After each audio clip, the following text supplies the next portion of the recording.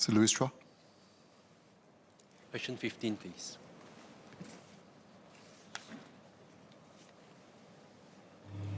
Mr. Speaker, may I have your permission to answer questions 15 to 17 together? Yes, please. We're at a critical juncture in the development of our energy market. Since the 1990s, we have operated an open energy market, and this has served us well. A competitive market has incentivized GenCos or generation companies to bring in new and more efficient technologies, and it also offered more choices for consumers. Many consumers have also enjoyed lower electricity prices as a result. However, the energy landscape has changed drastically, and new sources of supply risks and volatilities have emerged. First, heightened volatility arising from tight power generation capacity. This has emerged in liberalized markets all around the world, where capacity planting decisions are made by private generation companies or GenCos based on short-term price signals in the wholesale electricity market. For these GenCos, high electricity prices typically signal that capacity is tight and that new generation plantings are therefore needed. However, very often, these price signals can come a bit too late, and it takes about 4 to 5 years typically to build a new generator. The time lag, therefore, between the price signals and the construction of new generators leads to shortages of generation capacity and can lead to sharp spikes and protracted elevation of electricity prices, and even blackouts during periods of system stress, as we saw in some cities last year. Second, supply risks and volatility arising from disruptions in global gas supply. As we rely on imported natural gas for almost all of our electricity production, global supply and demand shocks will spill over into our domestic electricity markets. As fuel prices surged last year, our electricity market was severely tested. GenCos were reluctant to contract for gas for fear that they would be left holding on to expensive gas inventories should prices moderate subsequently. This, in turn, increased the risk of gas shortfalls, and it caused price in the wholesale electricity market to surge. Third, volatility arising from failures in intermediaries. Now, we observed this in the fourth quarter of last year, where 6 electricity retailers exited the market as they were not sufficiently prepared to deal with the extreme market volatilities. While affected consumers did not experience any disruptions to their power supply, some of them experienced inconveniences as well as price surges while sourcing for alternative electricity retail contracts, and they faced higher prices. These sources of volatility have tested our energy market over the past year with the ongoing energy crisis. Since the fourth quarter of last year, EMA has put in place emergency measures which have helped to stabilize the market. However, members of the House, this is unlikely to be the last energy crunch that we will face. And we will need to be even more prepared for a more volatile global energy market moving forward. We will therefore need to introduce safeguards to manage the risks of volatilities in our energy market. Last month, the Ministry of Trade and Industry announced that it would be introducing guardrails to strengthen our energy market in 3 key areas: that of power generation, gas supply, and electricity retail markets.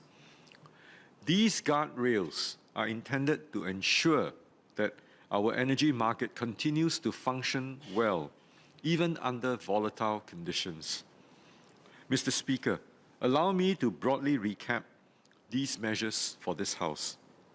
First, to ensure that we continue to have sufficient generation capacity in time to come, EMA will introduce a centralized approach to facilitate investments in new generation through a competitive tender. The tender will be conducted in advance of when the new capacity is needed, taking into account the lead time which is required for construction and for development. Should there be inadequate private sector interest to plant new capacity, EMA will step in, will build the required new capacity. Second, to safeguard energy security and enhance the resilience of our natural gas supply, we will institutionalize some of the measures that we had introduced late last year, to safeguard energy security as permanent features of our market. These are the regulations requiring GenCos to maintain sufficient fuel for power generation and the standby fuel facility to guard against risks of gas supply disruptions. EMA will also be working with the industry to explore ways to aggregate gas procurement and obtain longer-term, more secure contracts. Mr. Zulkarnain Abdul Rahim and Ms. He Ting-Ru have asked about our measures to strengthen the electricity retail market. We will enhance the regulatory requirements imposed on electricity retailers to ensure that they are sufficiently prepared and that they are better able to withstand market volatilities. The regulatory enhancements include raising the qualifying criteria so that only credible industry participants with sufficient financial strength and sustainable business propositions will be allowed to retail electricity to consumers. As for whether EMA will prohibit retailers from prematurely terminating contracts with their consumers, this is already the case under the Code of Conduct for Retail Electricity Licensees. Retailers cannot unilaterally terminate contracts unless under stipulated conditions, such as if they are exiting the sector or consumers are insolvent or had a breach of contract. EMA will be launching a consultation in the coming weeks on specific proposals to enhance the regulatory requirements for retailers. For consumers, EMA will look into tightening the eligibility criteria for wholesale electricity price or WEP plans, so that only larger consumers who are better equipped to deal with the risks of price volatilities will be allowed to enter into such plans. All consumers will continue to have the option of entering into retail contracts with electricity retailers, or in the case of households and small business consumers, returning to the regulated tariff. EMA is also in discussion with market participants on operational measures to strengthen the wholesale electricity market. Members of the House, our experience over the past year has demonstrated that a robust wholesale electricity market can have a stabilizing influence on the broader retail market, and is an important pillar of our efforts to strengthen the electricity retail market.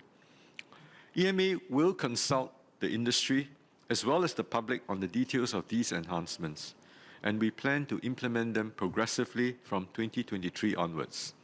We welcome feedback, we welcome suggestions from members of this House, the industry, and members of the public on our enhancements. Mr. Speaker, all of these measures will incur higher costs.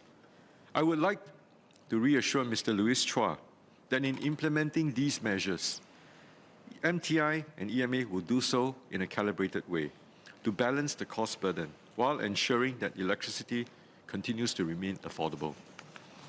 But the value of a more stable, secure, and resilient energy system cannot be overstated. It is fundamental and is foundational to our ability to grow our economy, to create good jobs for our people, and to maintain our quality of life. EMA will continue to do its best to ensure that Singaporeans can continue to enjoy a stable, a secure and reliable source of electricity for the years to come. Thank you. Mr. Lustra. Thank you, Mr. Speaker. I've just got two SQs for the Minister. I think I read recently that Indonesia will extend its gas supply contract to Singapore by about 5 years. I think that was announced over the past week. But reportedly, based on the Reuters article, distribution volume is reportedly 30 to 40% lower, but at higher prices. So in light of these guardrails, which I recognize strengthens our gas supply agreements, what is the expected change in the mix between piped natural gas and LNG over the next 5 years and beyond when this new contract expires? And secondly, in terms of this is related to my original PQ, in terms of the expected increase in the cost of electricity eventually, what is the increase in this gas supply pricing agreement versus what was agreed on in the prior contract? Thank you.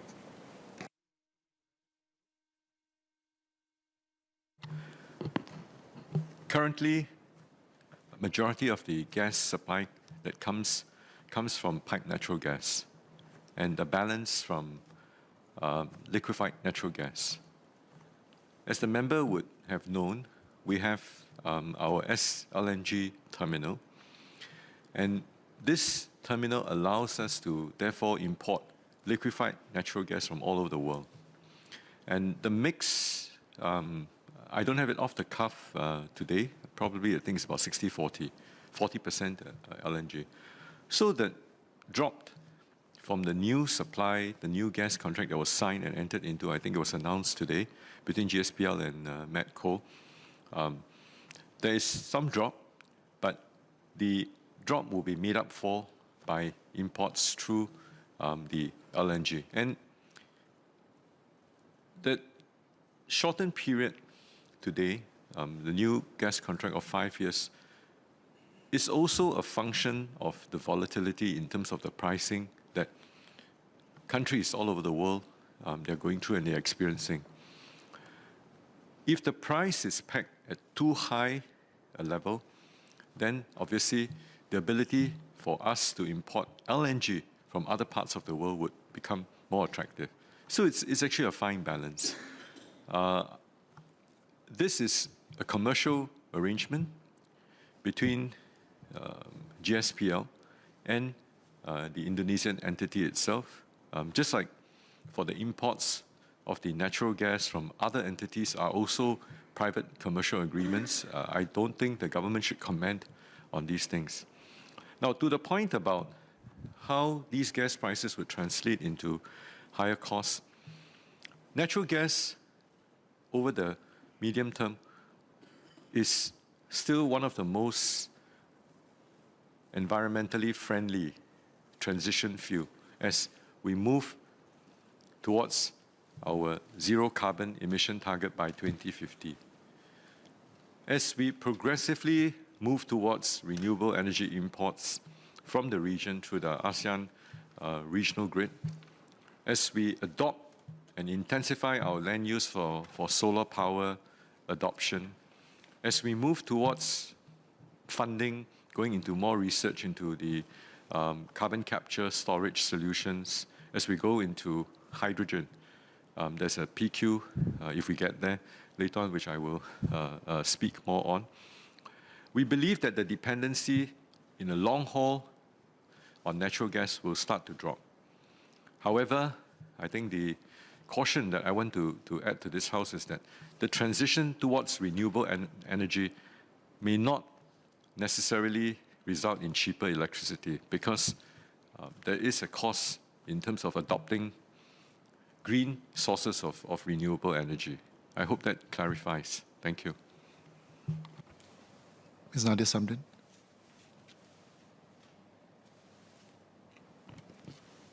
Thank you, Speaker. Just one follow-up SQ for the Minister.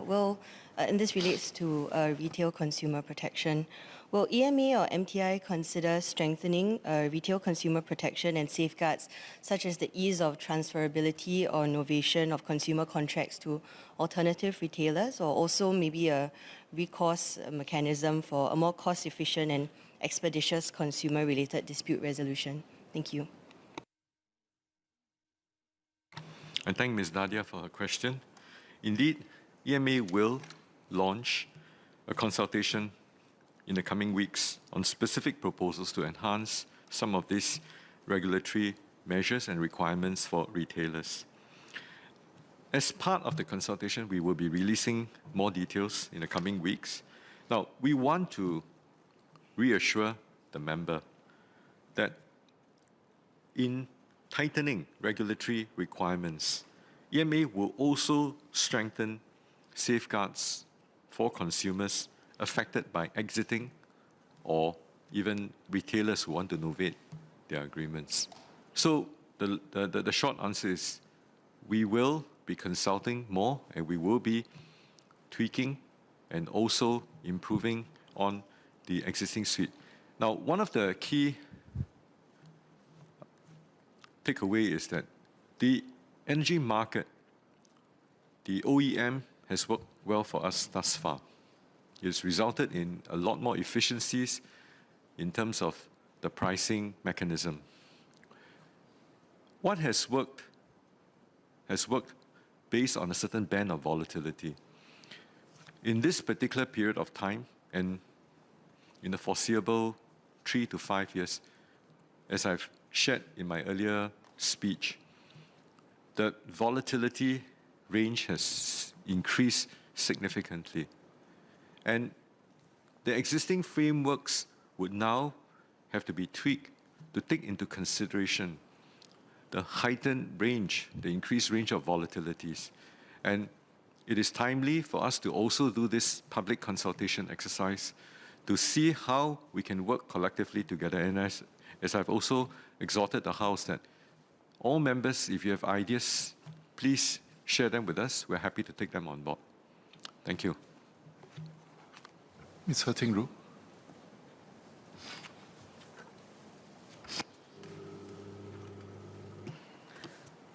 Thank you, Minister, for the reply. It's also good to hear that some of these protections for retail consumers will be progressively rolled out from 2023.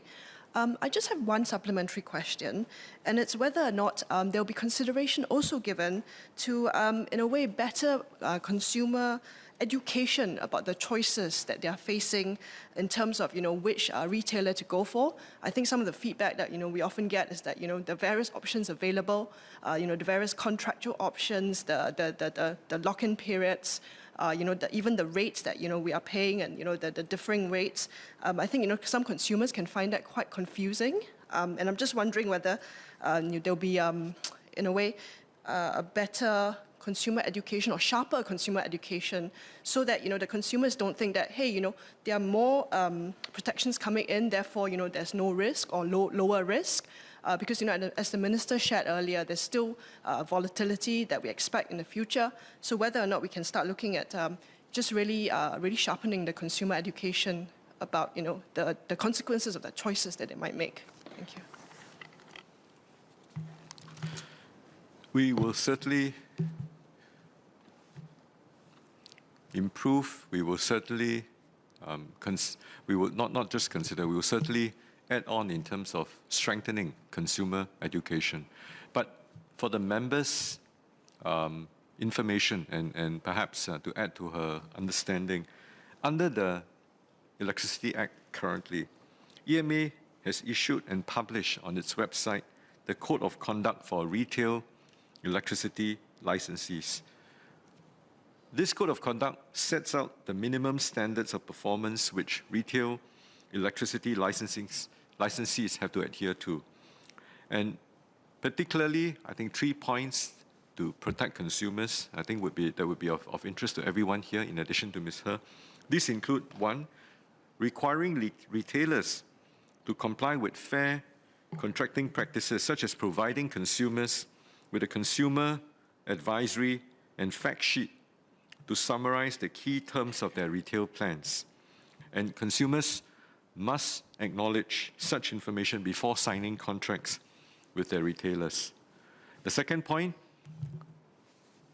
the Code of Conduct also prohibits retailers from unilaterally terminating contracts with consumers unless under stipulated conditions, such as if they are exiting the sector or consumers are insolvent or had breached the terms of their contract with the retailer.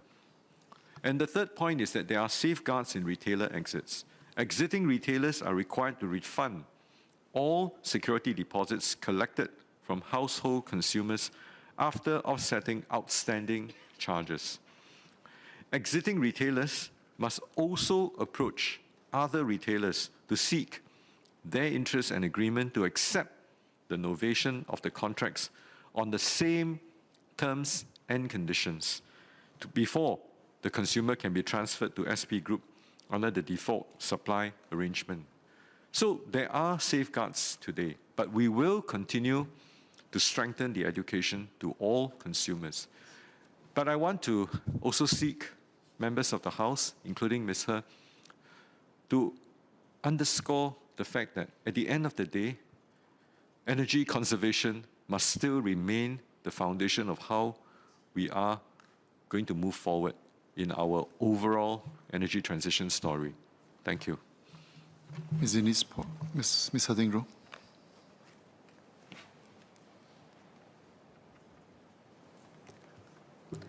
Sorry, just to quickly follow up. I think, the question really was, but the point I was trying to get at is that, yes, I know that they are required to have certain requirements when they actually sign the contract with the consumer. There's a checklist, I believe. I'm just wondering whether, the consumers truly understand or whether it just becomes one of those checkboxes that get ticked. And so whether, has EMA, for example, surveyed whether how helpful this checklist is, whether the buyers truly understand what they are signing, as opposed to they kind of half understand but just sign a piece of paper, and whether this also provided in all 4 languages. Thank you.